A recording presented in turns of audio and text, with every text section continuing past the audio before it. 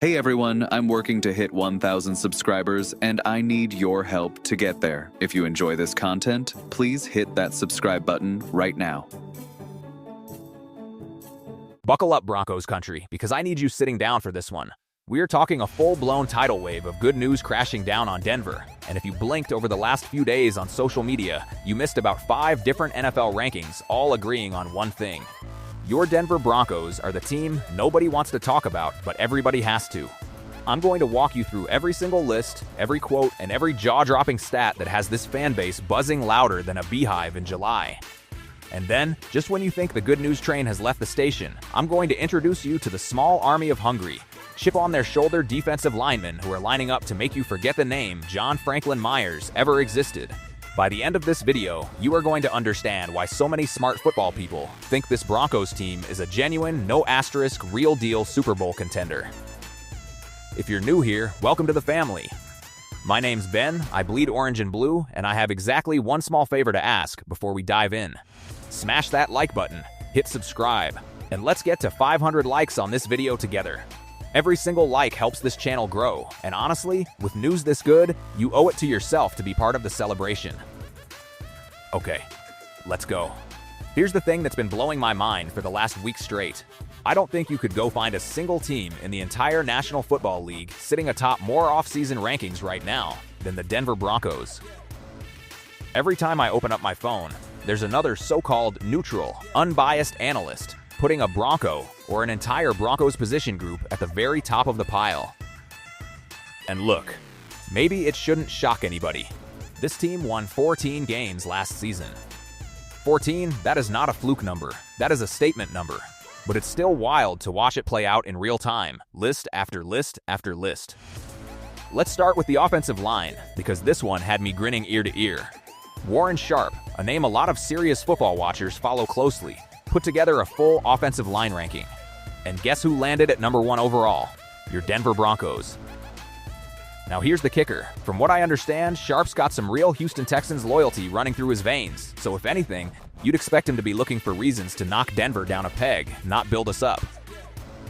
Instead, he's telling the world what we already knew deep down. You win championships in the trenches. And right now, nobody in football is winning the trenches like the Broncos. And it's not just where Denver landed that got me hyped, it's who's sitting underneath us. The Buffalo Bills, a legitimate AFC powerhouse, are sitting all the way down at number 3 on that same list. The Chargers, a division rival we have to go through, are down at number 8. But the number that made me actually laugh out loud, the one that had me pumping my fist at my kitchen table, was seeing the Kansas City Chiefs sitting at 23. Don't let a flashy running back addition fool you into thinking Kansas City fixed their problems this offseason, because they didn't. Their quarterback got hit more times than a heavy bag last season. Their playoff hopes evaporated because of it, and from everything I've seen, they did basically nothing of substance to fix that up front. So seeing them planted outside the top 10, outside the top 20 even, that's not just good news, that's borderline poetic justice for a fan base that's had to hear about Kansas City's dynasty for years. Now let's talk defense, because the individual accolades rolling in are almost too good to be true. This time last year, one particular Broncos pass rusher wasn't even sniffing the top 10 or top 20 edge rusher conversations. Fast forward 12 months, and he's being ranked as a legitimate top 10 pass rusher in the entire sport, checking in at number 10 overall. And here's my bold prediction for you. I think he climbs even higher next season. The tape doesn't lie, and neither do the sack totals. Then there's the quarterback conversation. And this one's a little more nuanced because there's a newer, more advanced metric floating around out there that measures quarterback value differently than the usual QBR or passer rating conversations. This metric factors in rushing contribution and how much risk a quarterback takes on relative to the reward he generates for his offense. It's a fascinating way to measure the position, honestly. And when this particular ranking came out, our guy under center checked in at number 7 overall in the entire league. Let that sink in for a second. If our quarterback is a legitimate top 10 signal caller by advanced metrics, and I genuinely believe he is, then we are not just playoff hopefuls. We are Super Bowl hopefuls, plain and simple. And then, saving maybe the juiciest one for last, a brand new cornerback ranking dropped, and Denver's shutdown corner was named the number 1 cornerback in all of professional football.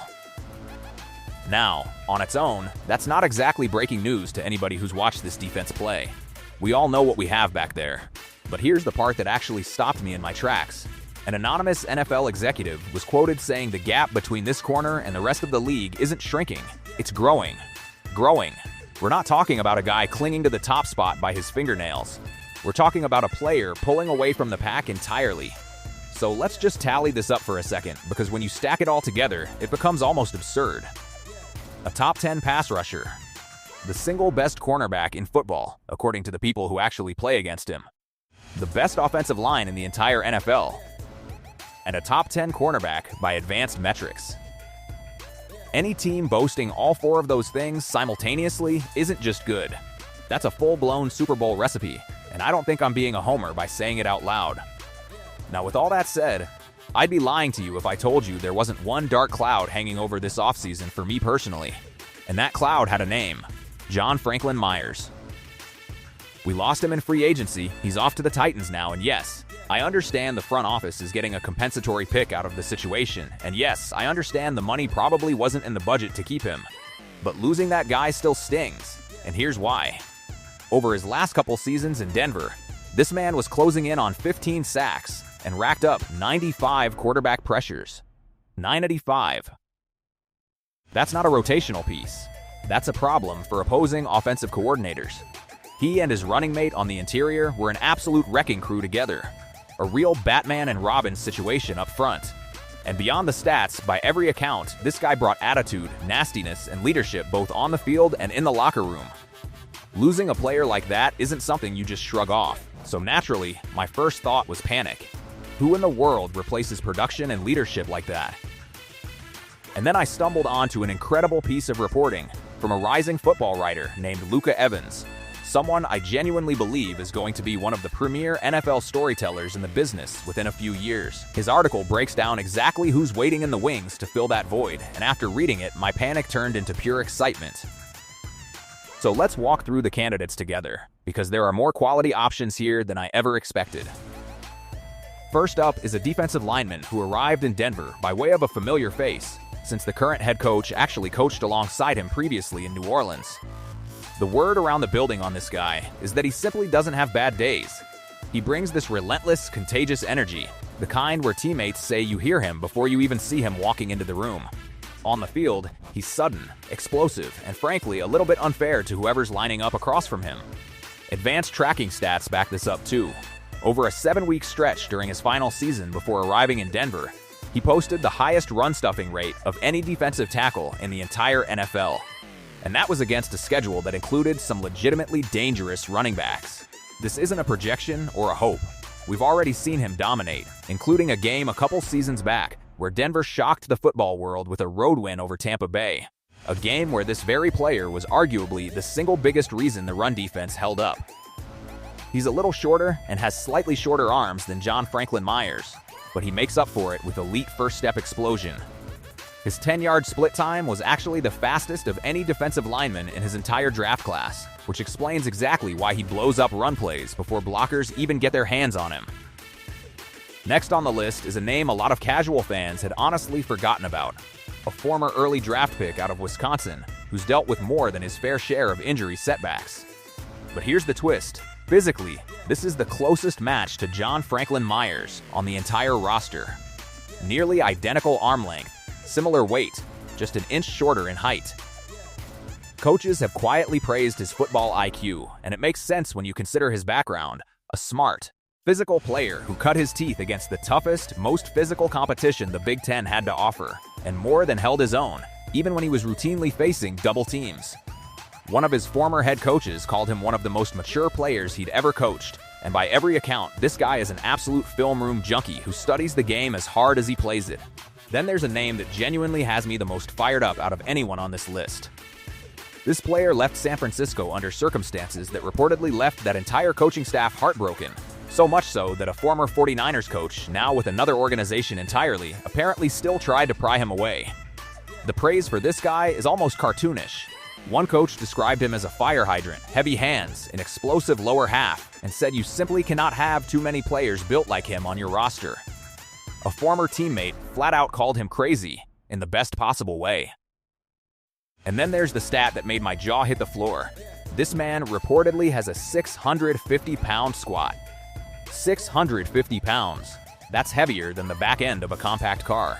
And he's doing it at a frame that isn't even close to the tallest on the roster, standing well shorter than John Franklin Myers, but making up for every inch of it in raw, explosive power. This is a guy who brings pure nastiness to a defensive front, and by every indication, he's already established himself as a vocal leader in that locker room. Now let's talk about a couple of names that flew under the radar for most fans. First is a lineman who actually had to sit out an entire season early in his career due to a gambling-related situation back in college. Instead of cutting ties, the current head coach stuck by him through that entire process, and last season we started seeing the payoff as he worked his way into the regular rotation. Athletically, this guy is an absolute specimen, standing a full 2 inches taller than John Franklin Myers, weighing in at 320 pounds with longer arms to match. One respected national analyst has already named him as a legitimate breakout candidate for this upcoming season, and the current favorite to step directly into that vacated role. When a coaching staff sticks with a player through a suspension like that, it's usually because they see something special underneath, and it sounds like that faith is about to be rewarded in a big way. And then we get to the name that the Luka Evans article seemed most excited about of all. A young defensive lineman drafted a couple seasons back who played his college ball alongside a future first-round tackle at LSU. Here's the thing that stuck with me most reading through that piece. This kid is still incredibly young, practically still growing into his own body, and yet he already flashed real ability last season, including a clutch fumble recovery in a tight game against the Chargers. The most memorable detail from the whole article, though, has nothing to do with football at all. Apparently, this young man is such a gentle soul off the field that he still gets emotional when one of his pet lizards passes away, and his closest companion is reportedly one of those very lizards. Barely into his 20s and still finding his footing physically, this kid was actually taken under the wing of none other than John Franklin Myers himself before his departure, with the veteran personally mentoring him on technique and preparation. That says a lot about both players, honestly, because plenty of veterans in this league treat mentorship like it's beneath them. Even opposing players who battled against him at the highest level, including a standout offensive tackle from the reigning conference champions, have reportedly gone out of their way to praise this young man's potential. Finally, there's one more name that didn't even make it into that particular article, one I'd honestly forgotten about myself until a separate piece of reporting resurfaced his story entirely. According to that report, the head coach was reportedly furious after a tough loss to Buffalo last season, because this player, despite being active on the 53-man roster that week, never saw a single defensive snap. The coach was said to be openly frustrated with his own staff over the decision, insisting this player would have made a real difference against the run that day. This is a player the front office actually wanted to draft a few years back, a product of the Air Force Academy, which feels like a fitting story to bring up as we roll through this 4th of July America 250 season. Sometimes the best depth on a roster is hiding in plain sight, waiting for the right moment. So here's where all of this leaves us. Even in the one spot where this roster genuinely lost a difference-making veteran, the cupboard is anything but bare. There is a legitimate wave of hungry, athletic, well-coached talent ready to step into that void. And whichever combination of these players ends up starting next to our other interior anchor, paired with the collection of talented edge rushers already on this roster, this defensive front is going to be an absolute nightmare for opposing offenses. Add that to a defense already boasting the best cornerback on the planet, according to the people who play against him, an offensive line ranked #1 in football, and a quarterback playing like a legitimate top 10 talent by the numbers, and you start to understand why this fan base has every reason in the world to believe something special is brewing in Denver. All right, that's what I've got for you today, Broncos country. This offseason has given us so much to be excited about, and honestly, we barely scratched the surface of every ranking out there right now. If you want me to keep digging through more of these lists while we wait out the rest of this offseason grind until training camp opens, let me know down in the comments, because there is plenty more where this came from. If this video got you even a little bit fired up, do me a solid and smash that like button.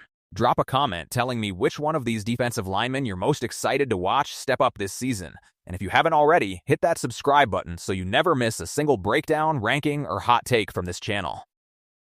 We are building something special here together, Broncos country, and I genuinely appreciate every single one of you who shows up to these videos. Until next time, this is Ben, signing off, and let's go Broncos.